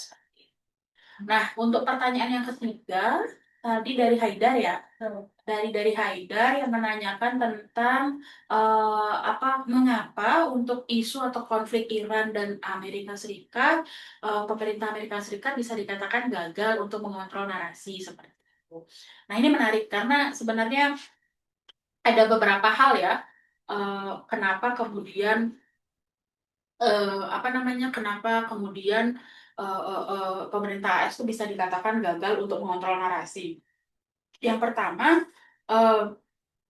kalau teman-teman lihat, ada kritik dari masyarakat Amerika bahwa strategic objektif yang kemudian dituju atau kemudian goals yang ingin dicapai oleh Amerika Serikat tidak tercapai di Iran gitu ya. Jadi sederhananya itu Amerika Serikat datang dalam tanda petik membawa misi mulia ingin membebaskan masyarakat Iran gitu ya dari pemimpinnya, dari rezim yang kemudian dianggap korup, dianggap apa namanya tidak memihak kepada masyarakat. Eh, dan itu tidak terjadi. Kenapa? Karena uh, ketika kemudian Ayatullah Ali Khamenei itu wafat, kalau teman-teman lihat videonya ada 1 juta masyarakat Iran yang turun ke jalan mengantar pemakamannya beliau. Itu menunjukkan itu adalah gestur politik yang menunjukkan bahwa Ayatullah Ali Khamenei itu sangat dicintai di negaranya. Terlepas dari apapun ya yang kemudian apa masyarakat lain pihak luar itu apa namanya persepsikan di tentang Iran seperti itu. 1 juta masyarakat turun ke jalan dan kemudian mengantarkan ke pemakamannya itu menunjukkan sesuatu teman-teman. Itu tidak menunjukkan kebencian, tapi itu menunjukkan penghormatan yang luar biasa. Nah di sini menurut saya pertama strategic objektif yang ingin dicapai oleh AS itu sudah gagal. Kenapa? Karena simpati masyarakat itu tidak ke AS. Mereka tidak merasa diselamatkan. Mereka tidak merasa bahwa AS ini datang sebagai pahlawan gitu. Mereka malah marah karena kenapa? Kamu datang ke negara saya, membunuh pemimpin saya, kamu berharap saya apa? Gitu. Ini yang menurut saya alasan pertama kenapa apa namanya AS itu dianggap gagal mengontrol narasi. Gitu. Yang kedua, miscalculation of capabilities. Yang menarik adalah selama konflik antara Iran dengan AS, kita ditunjukkan pada resiliensi yang luar biasa dari Iran, teman-teman. Bahkan saya nggak tahu ya, itu kalau teman-teman lihat di sosial media, itu luar biasa melihat bagaimana Iran itu sangat resilient, ya. Apa namanya, menggunakan apa namanya eh, segala daya dan upaya dan military capability-nya untuk kemudian menangkal serangannya AS ya. Dan malah apa namanya itu semakin membuat posisinya AS itu yang ingin berharap ini perangnya segera selesai, saya pergi dari sini, itu malah kemudian membuat perangnya jadi sangat berlarut seperti itu yang kedua. Jadi ada pertama itu strategic objektifnya gagal, yang kedua miscalculation of capabilities, yang ketiga, secara internal, ya, perang AS atau kemudian konflik antara AS dan Iran ini sangat tidak populer di AS, di masyarakat AS. Jadi ada gelombang kritik yang juga sangat besar yang muncul di internal domestiknya Amerika Serikat dan mereka menentang itu. Anda bayangkan Anda sebagai pemimpin, Anda berkampanye perang, ya, karena kampanye dan propaganda itu tidak pernah bisa dilepaskan dari perang. Eh, untuk menjustifikasi bahwa apa yang Anda lakukan itu adalah justified gitu, didukung oleh masyarakat Anda. Tapi yang lucu ketika kemudian AS melakukan menyerang Iran, di dalam negerinya sendiri dia tidak disupport. Nah, itu menunjukkan bahwa dia gagal mengontrol narasi. Dan yang menarik juga itu adalah pemerintah Iran sendiri itu secara aktif melakukan countering terhadap narasi yang kemudian dibangun oleh AS. Pernah teman-teman dengar tentang video Lego? Nah, video Lego itu kan sampai hari kita nggak tahu ya siapa sih sebenarnya mengeluarkan gitu. Tapi kok kalau kita lihat itu seperti apa namanya representasinya pemerintah Iran seperti itu. Nah, itu menarik. Bahkan kalau saya tanya aja, kemarin saya sempat tanya ke beberapa mahasiswa di kelas politik luar negeri RI, eh, kira-kira simpati publik kemana? Beberapa menjawab memang ke arahnya Iran. Kenapa? Karena untuk pertama kalinya kita melihat dua sisi narasi yang kemudian coba dibenturkan ke kita gitu. Kalau dulu itu tertutup, kenapa? Karena satu, akses kita ke informasi nggak ada, gitu. Dua, Amerika Serikat menguasai seluruh akses informasi. Jadi kita tidak punya pembanding. Dan saya rasa Iran belajar sangat baik dari sana. Sehingga kemudian yang dilakukan itu adalah malah kemudian melakukan countering terhadap narasinya AS dan kemudian menggagalkan narasi itu di dalam negerinya AS. Jadi ada beberapa alasan kenapa itu gagal. Pertama, strategic objektifnya tidak bisa dicapai. Kedua, miscalculation of capabilities. Ketiga, kontrol narasinya. Dan yang keempat itu adalah ada resistensi politik dari dalam negaranya AS yang dia sendiri nggak percaya sama pemerintahnya gitu. Sekaligus tidak punya dukungan terhadap apa namanya military strikes yang dilakukan oleh AS. Itu saya rasa Mas Haidar semoga bisa membantu apa namanya untuk menjawab pertanyaan Mas Haidar. Ibu, untuk pertanyaan yang terakhir oleh Kak Arin tadi, pertanyaannya adalah jika security dilemma itu muncul karena kedua belah pihak dan AS serta Iran itu merasa mereka sama-sama sedang bertahan gitu. Lalu bagaimana caranya membedakan tindakan yang sebenarnya defensif atau ofensif dalam praktik nyatanya, terutama ketika keduanya sama-sama mengklaim bahwa alasan mereka melakukan penyerangan itu adalah karena alasan keamanan atau ya national interest segala macam. National security. Oke, terima kasih. Tadi siapa yang Kak Arin. Mbak Arin, terima kasih. Bagaimana caranya membedakan gitu ya? Karena seringkali kalau dalam konteks security dilemma, inisiasi serangan, siapa yang melakukan serangan pertama kali itu juga matters gitu ya. Kadang uh, uh, dalam konteks security dilemma, yang pertama itu adalah pentingnya kita untuk melihat kondisinya dulu. Apakah kemudian kondisinya itu seperti apa? Apakah mereka ada mutual distrust yang tinggi atau malah mutual trust-nya yang tinggi? Dalam konteks Iran dan Amerika Serikat, kurang lebih teman-teman kalau baca itu kan Iran itu kan disanksi kurang lebih 40 tahun ya. Jadi distrustnya tuh tinggi sekali terhadap Amerika Serikat gitu. Iran yang secara resisten dia distrust sekali dengan Amerika Serikat. Beda dengan beberapa negara di Timur Tengah yang kemudian menjadi aliansinya Amerika Serikat itu satu. Jadi konteksnya itu adalah mereka mutual distrustnya tinggi. Sehingga apapun yang dilakukan oleh masing-masing pihak itu kecurigaannya itu tinggi satu sama lain seperti itu. Nah sekarang bagaimana caranya membedakan yang mana kemudian memang untuk bertahan atau membela diri, yang mana untuk menyerang? Sebenarnya yang bisa kita lihat itu adalah selama kurang lebih 40 tahun sanksi yang kemudian diberikan, sanksi ekonomi dari Amerika Serikat ke Iran, yang saya lihat itu belum pernah ada muncul sebuah upaya atau tindakan untuk kemudian arahnya ke konflik terbuka. AS menginisiasi konflik terbuka itu dengan Epic Fury Operation tanggal 28 Februari dan itu menunjukkan bahwa AS itu adalah pihak yang kemudian agresoris. Gitu. Kalau kita lihat pertama inisiasi serangan itu dimulai oleh AS, yang kedua itu tujuan dari serangan itu adalah untuk mendelegitimasi kepemimpinannya Ayatollah Ali Khomeini, lalu kemudian ada upaya juga kemudian untuk merebut simpati dan sebagainya. Nah, itu menunjukkan apa? Itu menunjukkan bahwa AS di sini sebagai pihak yang agresor dan Iran di sini sebagai pihak yang defensif atau dia sebagai pihak yang kemudian bertahan atas serangan itu. Jadi bagi saya caranya melihat gimana? Caranya melihat pertama penting untuk melihat inisiasi serangan. Yang kedua penting juga untuk melihat pidato-pidato yang dilakukan oleh pemimpin negara masing-masing untuk melihat goals-nya apa gitu. Iran dari awal selalu bilang kami tidak pernah tertarik untuk kemudian melakukan atau tidak pernah tertarik untuk kemudian perang seperti itu. Tapi yang mereka lakukan itu semata-mata itu adalah untuk hak untuk kemudian bertahan dan kemudian membela diri. Itu yang selalu. Sementara Trump di sisi lain karena dia butuh untuk kemudian mendapatkan simpati dari publik Amerika, dia berkali-kali kemudian mengeluarkan kalimat-kalimat yang kemudian menunjukkan bahwa dia adalah si agresornya atau dia adalah pihak yang kemudian melakukan serangan dan tujuan-tujuannya itu sangat terlihat dari bahasa-bahasa Trump itu. Kalau sekiranya itu yang mungkin bisa saya sampaikan untuk kemudian melihat, karena memang tidak mudah ya Mbak Arin untuk kemudian bisa dengan mudah melihat itu gitu ya, karena kan itu modelnya itu seperti aksi reaksi, jadi dia tuh secara bergantian terjadi dan itu cepat sekali gitu ya. Yang satu melakukan sesuatu direspon dengan yang lain itu terus menerus terjadi seperti itu. Tapi kalau dalam konteksnya konflik AS dan Iran, menurut saya titik yang bisa kita gunakan untuk memulai analisis itu adalah 28 Februari di mana inisiasi serangan itu dilakukan oleh Amerika Serikat dan itu secara langsung mengonfirmasi apa yang kemudian sudah kita duga selama ini bahwa ya dia agresornya seperti itu. Itu saya rasa yang bisa saya sampaikan, semoga bisa menjawab. Baik, terima kasih banyak Ibu. Semoga untuk seluruh pertanyaan tadi telah terjawab. Apabila ada pertanyaan lanjutan, diperbolehkan untuk raisen atau apabila telah terjawab sepenuhnya, boleh mungkin memberikan emoticon-emoticonnya teman-teman penanya. Jadi nanti kita akan ketemu di kelas keamanan internasional ya. Benar, oke. Semester depan. Sudah ada itu Bu, emoticon-emoticonnya. Kita akan ketemu di kelas keamanan internasional. Apabila nantinya ada pertanyaan lanjutan gitu, nanti ditanyakan di kelas keamanan internasional. Boleh. Oke, siap.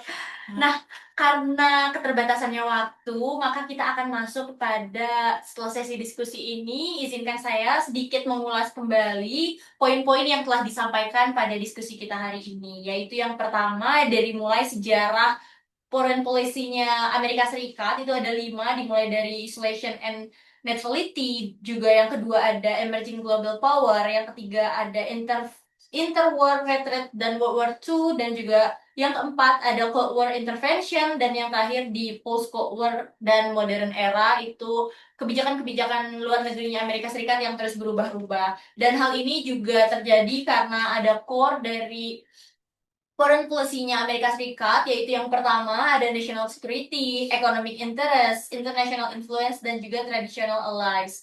Dan selain itu, kita juga telah belajar banyak mengenai security dilemma, dan sebenarnya apa itu security dilemma pada aslinya, yaitu berbicara tentang kondisi negara di suatu kawasan yang memiliki mutual distrust yang tinggi atau ketidakpercayaan satu sama lain yang sangat tinggi. Dan itu pula yang terjadi pada ya, perang antara Amerika Serikat dan juga Iran, yang mana Amerika Serikat itu menjadi agresornya dan Iran itu pada akhirnya dia hanya mempertahankan national security-nya. Mungkin sekian dari poin-poin yang bisa saya sampaikan. Selanjutnya kami dengarkan closing statement dari Ibu Desi terkait diskusi kita hari ini. Mungkin kepada Ibu Desi dipersilakan. Baik, mungkin sedikit saja dari saya.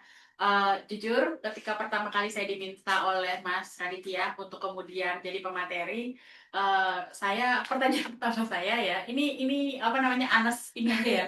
Dan pertama saya adalah, Mas, ini beneran hari Jumat gitu, karena kita kan posisi long weekend ya. Ya, betul.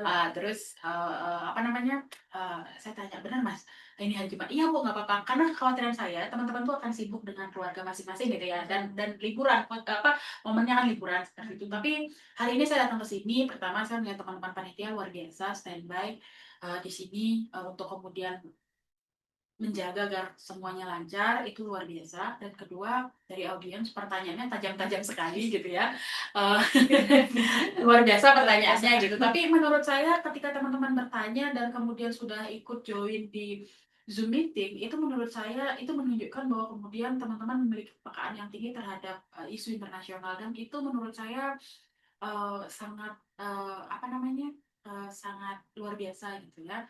Teman-teman meluangkan waktu untuk kemudian mau ikut meluangkan waktu liburnya untuk kemudian ikut diskusi atau hanya sekedar mendengarkan, itu sangat saya apresiasi luar biasa gitu. Dan saya berharap kegiatan seperti ini bisa dilanjutkan dengan tema yang mungkin lebih menarik, tidak hanya tentang high politics tapi juga kemudian low politics yang mungkin kita alami sehari-hari.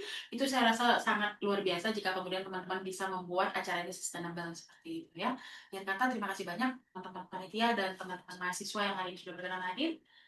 Semoga bisa tetap engage dengan isu-isu internasional.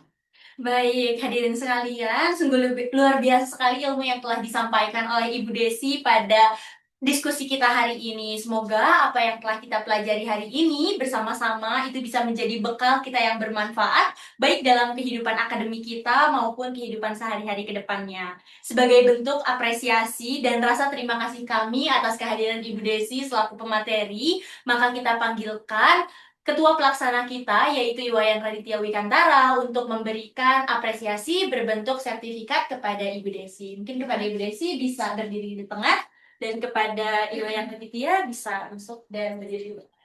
Saya sudah siap. Oke. Oke. Baik. 3, 2, 1. Sekali lagi. 3. Oke, sekali lagi 3, 2, 1. Nah, baik, terima kasih ya sudah diundang. Iya, Radit bisa kembali ke tempatnya. Mungkin Radit bisa ini ya, bisa lega sekarang. Dari kemarin dia ke jalan-jalan saya.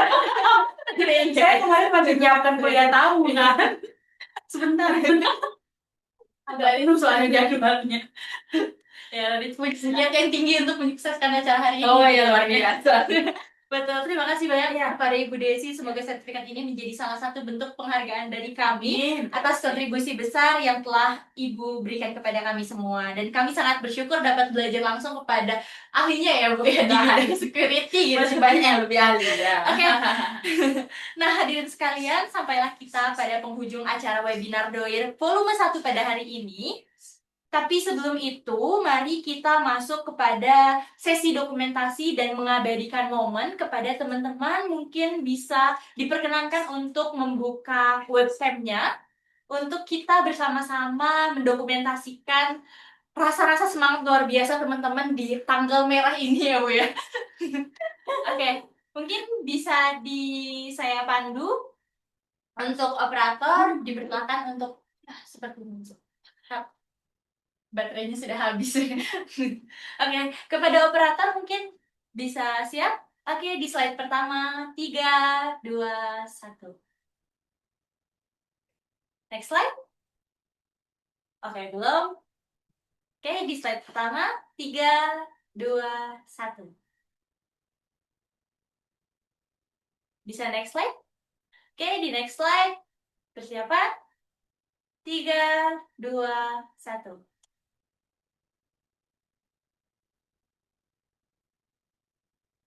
Pak sudah aman? Oke. Pak masih ada next slide? Oke, next slide. Oke, sudah aman semua. Alhamdulillah. Itulah dia tadi sesi dokumentasi. Namun sebelum kita menutup seluruh rangkaian acara pada hari ini, kepada teman-teman Hubungan Internasional Universitas Brawijaya, kami sampaikan untuk teman-teman bisa mengisi link Voice atau Voice of International Relations Students yang telah kami sampaikan pada share screen kita sekarang ini. Jadi untuk teman-teman bisa mengisi untuk teman-teman menyampaikan mungkin saran maupun keluhan maupun semua hal yang ingin teman-teman sampaikan kepada Prodi melalui Voice ini. Oke, untuk tampilannya apakah sudah terlihat? Baik, kami tunggu untuk teman-teman bisa men-scan ataupun men-screenshot layar pada kode QR Voice yang telah diperlihatkan pada layar teman-teman. Apakah sudah aman, operator?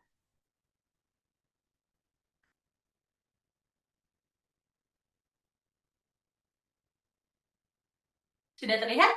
Oke, baik. Oke, teman-teman bisa mengisi link Voice ini melalui kode QR. Teman-teman bisa men-scan ataupun men-screenshot layar teman-teman dan mengisi link Voice tersebut. Akan kami hitung waktu teman-teman dalam men-scan ataupun men-screenshot layar yang ada pada device teman-teman masing-masing dalam 10, 9, 8, 7, 6, 5, 4, 3, 2, 1. Baik, pengisian Voice tadi akan menjadi rangkaian akhir dan penutup pada kegiatan Doir volume 1 2026 ini. Kami ucapkan sekali lagi terima kasih banyak yang sebesar-besarnya pada Ibu Desi. Ininya masih nyala, Ibu.